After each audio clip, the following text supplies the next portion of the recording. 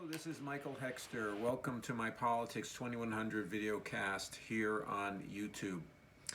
So this episode I'm calling Self-Pitying COVID-Ill Bannon Associate Shows the Extreme Childish Entitlement of the Right Wing.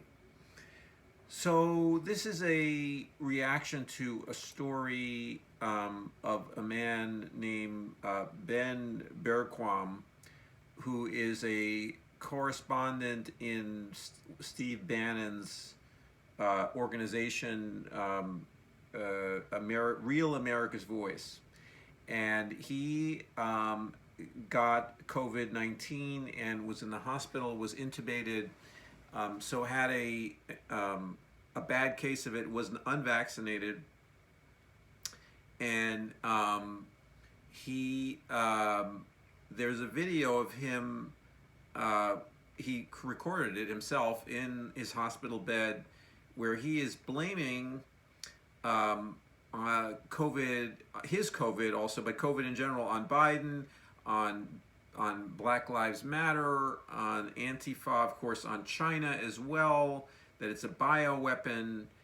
And so he now he was hospitalized, so he was quite ill with COVID, and then recovered from it. And he's also, in a later video, it says, this is from Crooks and Liars, which I'll put a link in the description box. He says, in a later video, Berquam thanks God he didn't get vaccinated and claims that a nurse told him the hospital COVID unit is full of triple vaccinated patients. People are dying with and without the vaccine, he said. So anyway, so he's basically, feels reinforced, as some other COVID-ill right-wing people have been, in his own beliefs, and furthermore is turning his illness, that is a product in part of his, or the severity of his illness, is a product in part of, in fact, because he's not vaccinated, of his actions. And then, but he's saying it's all the fault of other people, okay? And as you'll see in the video, he's obviously expecting his audience to, and this is in part the subject matter of this video. I'm reporting on this one gentleman, who expressed these ideas based, in extremis, in other words, as he was ill, but still lucid enough to create this narrative, okay, again, based on blaming other people. Everybody is a political opponent. Everybody who he considers to be the right wing, everyone who Steve Bannon or that type of neo-fascist personality thinks is the cause of the ills of the world and the ills of America in particular, that they're all the people who are responsible, that he is not responsible. He has no responsibility. It's all the responsibility of his political opponents, and fabricating where he can to create, the right wing has a series of stories that are repeated in its ecosystem. I'm not sure the degree to which Berquam himself believes these stories, or is simply repeating them, and he's simply an angry and deluded person who is just taken in, lives in an information ecosphere where it's all blaming Biden, blaming BLM, blaming Antifa for COVID is is repeated ad nauseum in different forms, is made to seem real by all of these different supposedly independent sources, and so they are independent sources, but they create a weapon, so to speak, a political weapon of the pandemic to try to beat on the Democrats or on Biden or on just political, whoever the neo-fascists, who these are neo-fascists who think are their enemies, okay? And anyway, so I'm trying to bring this up. I mean, you can look at this as a ha ha ha. He's so extreme, and he is extreme, and he is, and his blaming, his childish disowning of any responsibility is extreme. It's grotesque, okay, and it should be shameful, okay. So this should be something that a grown person expressing these ideas should feel a great deal of shame, okay, in expressing such ideas, that they have no responsibility for getting ill, and everybody else is to blame. All the people who they think all along are the wrong political people, he sort of in a way inverts the lesson that he should have from getting ill and so forth and so on into exactly fitting into his preconceived notions about the world and about that are formed based on the propagandistic supposed information system, but really just a propaganda sphere of the right wing. So, and it's so intense, and it's so the degree of entitlement is so enormous that he would feel like that he would have an audience, not only that it's not shameful, that he would have an audience, that people would sympathize with him for basically by whining, okay, about imagined causers or factors in his being ill or in the whole COVID situation, that now there is responsibility in different levels for the current state of the pandemic, including for Biden and so forth and so on. It's not like there's no responsibility. I mean, Antifa and BLM have absolutely nothing to do with the pandemic, but the administration and so forth and so on, both definitely the Trump administration and also now the Biden administration have responsibilities, but not all the responsibility, and not only in the form that this childlike man is is trying to push off onto it, and which is in total, which basically saying he is innocent. He is innocent. He is a victim. Okay, this is victimhood again. That he's being victimized even when he has a culpability in his illness or in the severity of his illness. So now, all transparency, I had a case of COVID. I wasn't hospitalized just recently. Just recently I had the case, and I still have some of the effects of it. I have a cough and so forth and so on. I am triple vaccinated, and I may be partly responsible by being a little bit lax in December in my masking and so forth and so on, in getting it. So I'm not saying it's only the bad right-wing people either are acting in ways that endanger their health, and there are all kinds of people doing it. There are people, apolitical people. There's a lot of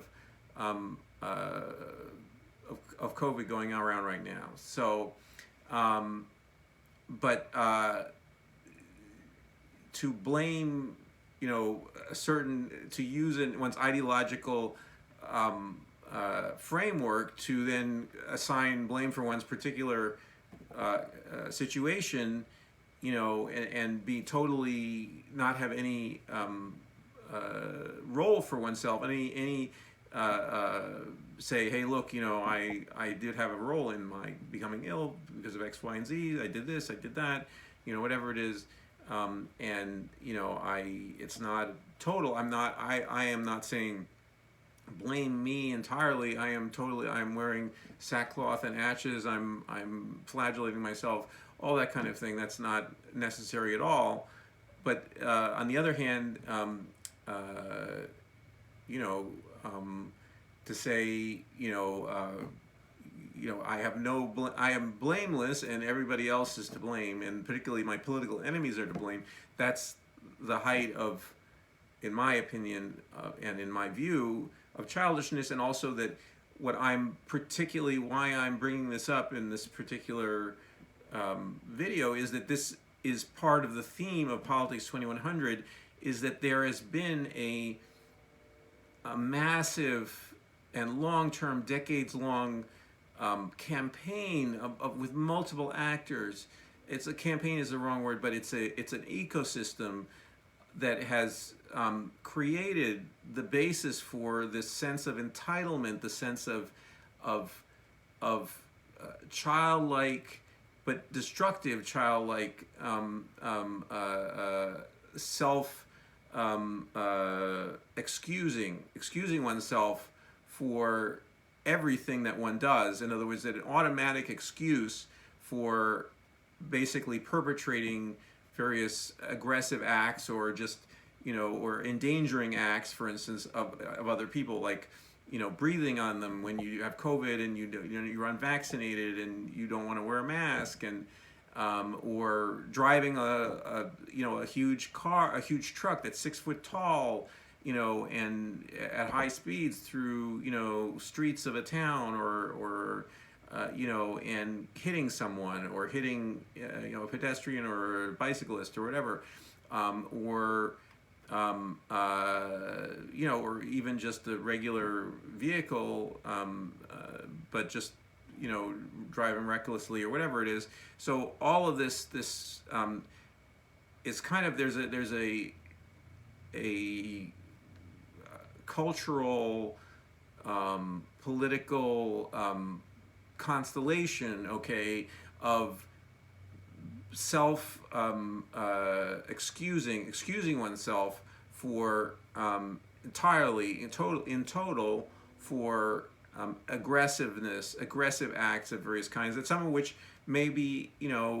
unavoidable. So you might need to, in the United States, unfortunately, we need to drive.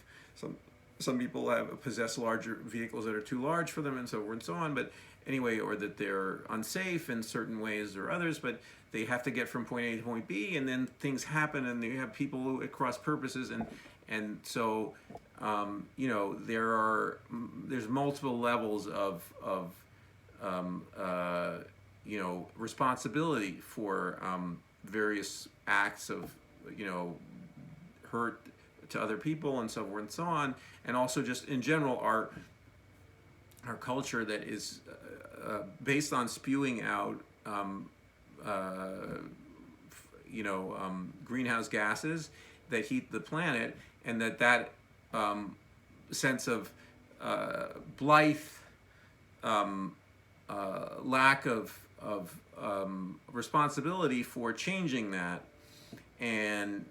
for and basically that which places an enormous burden on younger people, and on people who live in low-lying areas, and people who live in tropical areas of the world, or just potentially hot areas of the world. So that sense of excusing oneself, wanting to live with a spotless conscience, a spotless reputation, when one does all kinds of ethically suspect or even crimes, even real crimes, and it's it's not a a coincidence that a man who is a criminal, is the leader. I mean, in other words, Donald Trump is a kind of is a criminal, or is likely a criminal. He should certainly be prosecuted and potentially convicted for some crimes that are related to his tenure in office, but also from other parts of his business career and so forth and so on, and other in his personal life, that he's gotten away with lots of real crimes, or at least they're likely to have been real crimes, that if he were actually tried in a fairly and with in a neutral court of law, and with the potential, with a prosecution that's willing to convict and willing to sentence, and a judicial judge, or whoever who's willing to sentence him or other elite criminals, to punishment, to real punishment that hurts them, or that gives them pause, or gives other potential criminals to give them pause, or actual criminals to give them pause to continue their lives of crime. So, but this attitude of like, I am the total victim of, and that's something that you sometimes hear criminals themselves, when they feel like the dragnet is closing in on them, that they, can get paranoid, and they can, accuse everybody else of being the perpetrators rather than that they become very, very frightened, so frightened of retribution, or justice, or retribution, one or the other, that they project madly out into the world, so as to escape, and as a way also, it becomes a defense. It becomes an interpersonal defense of themselves if they continually accuse other people and keep other people on the defensive, rather than them. And this is we've seen this in action over and over again with Trump. So this is something that people who are supposedly, hang out in respectable company or whatever, who consider themselves civilized, they don't encounter the level of desperation and the level of sociopathy that we're talking about here, where people are willing to invert reality in order just to simply to have the sense of being feeling innocent and not responsible. So I'm trying to bring this out to try to illustrate for you, in the comfort of your phone or your home, or wherever you're watching this, the extremity, and also, again, I just touched on this, but the theme of this blog or vlog is in part that this campaign has created all kinds of institutions in the media and also in the political parties of the United States that have created this sense of that have supported this sense of entitlement that you see in extremity in Mr. Berquam, and also in Bannon, and in Trump, and in that there's a they have been cosseted, they have been pampered, by the media, pampered by the justice system, pampered by their nominal political opponents, who do not recognize them for what they are, and do not are afraid of them, are afraid of the threat of stochastic terrorism, the threat of the gun-toting fanatics that listen to these people and take them seriously. And so people are scared, are frightened to hold these people to account, because they feel the implicit threat, they hear the implicit threat, and or the stated threats, that, for instance, Trump was legendary for, and created this environment around him of basically stochastic terrorism, so of threat, of snaky venom that he could unleash. Someone else would unleash it for him. So in a way, having a king snake that has their servant snakes. I mean, even though snakes don't do that kind of thing in reality, but basically they have minions that are willing to do the dirty work, so to speak, of the central figure. But anyway, so this environment, this multi-decade campaign to sanitize, to pamper, to cosset the right wing, creates the environment where someone like Bergquam, who is, not, probably, whatever, not psychotic in other aspects of his life, is, though I don't know him personally, but people that he would think that there's going to be an audience of people who will agree with him, will just say, yeah, it's all the fault of my political enemies that I'm sick with something which even though my activities directly, are the proximal cause of my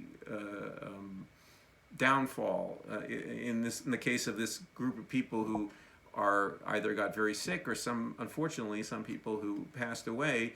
from COVID. Even I don't know, unfortunately is the right word, but anyway, but they made their bed and then they lay in it, okay, and they're not coming to terms with the fact that they made the bed that they lay in, okay. Now, not everybody, that kind of language I think is suitable to use with people who have promulgated this narrative of, anti-mask, anti-vax, and who have endangered other people. Okay, it's not appropriate for people who, like the many people like myself and other people, whatever, who basically got sick from COVID in the course of living their lives, but we're trying to minimize their exposure and so forth and so on, and did the things that were considered prudent at the time, or to minimize exposure, or just basically we're trying to live their lives. And anyway, so the balance of that is something that we have tried to negotiate over time. But this position of being totally doing exactly the opposite of what health authorities have advised, and then also blaming those health authorities, blaming everybody else for when the obvious happens, okay, and or the very likely, okay, outcome of those things happens. So, and again, my focus here is on how these people how the media, there's the right-wing media, and then there's the general media, and then there's the political opposition, and there's the political right-wing operatives, the Republican Party politicians, their leaders, that in this ecosystem, that would create a sense that people could just sort of shame, without the sense that they will be shamed, say things that are just this utter childish inversion, okay, of their responsibility, okay, and it's and that a discourse that they would expect their utterances to be met with some agreement, okay, and some approbation by other people who are over the age of 18, and or over the age of 16, whatever it is, but just, adultish people, okay? And that is part of this campaign of basically taking it easy on the indulgences of American narcissism and of American but particularly the white right-wing version of it, the extreme forms of it, which has gravitated exactly to aggressing and hurting, okay, other people, or not caring about other people in doing reckless things, okay, and then claiming victimhood for oneself and having and taking no responsibility for the aggressiveness and for the actions that are high risk actions, the high risk actions of carrying a gun, owning a gun, owning a large overpowered vehicle, that is high, that is taller than a child, where the hood is taller than a child.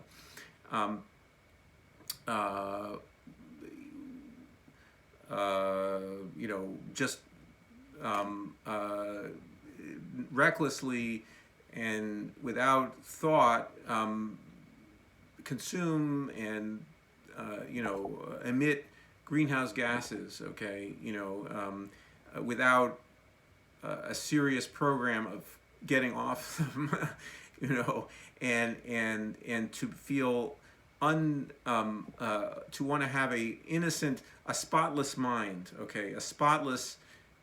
conscience, a spotless,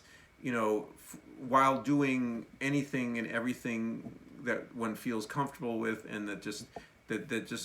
with being entirely feeling entitled to that, and that's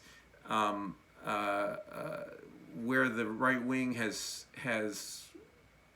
concentrated on creating a community or a political movement that is committed to this form of aggression, victimhood, self-exoneration, and totally childlike, childish, totally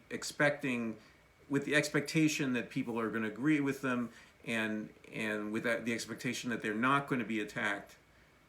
in the media in a serious way, in a way that's that looks at this as a real serious problem. So anyway, this is kind of an effort to intervene and to, or at least to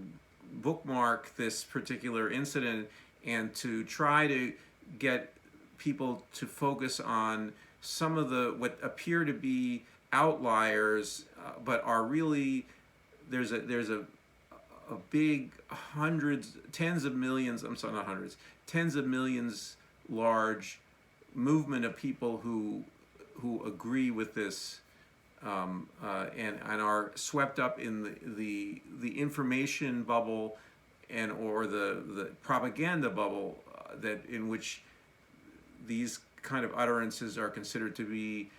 commonsensical, okay, and that even though they seem extreme to you and they seem ridiculous to you, they seem ridiculous to me, they seem childish to me, they seem that within this bubble, this propaganda bubble that is based on all kinds of lies, and that are self-serving lies, and that are manipulative lies, and that are sociopathic lies, that within that bubble these things seem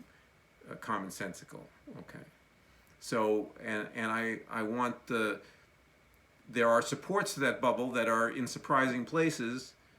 including in the Democratic Party, and including in mainstream media like the New York Times and CNN, and that those supports need to be removed, okay, removed decisively and quickly, as far as I'm concerned, because we have this bubble, okay, where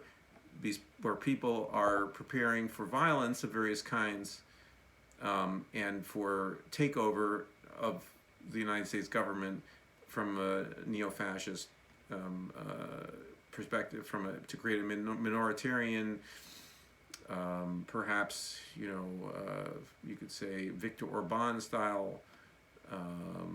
government. Anyway,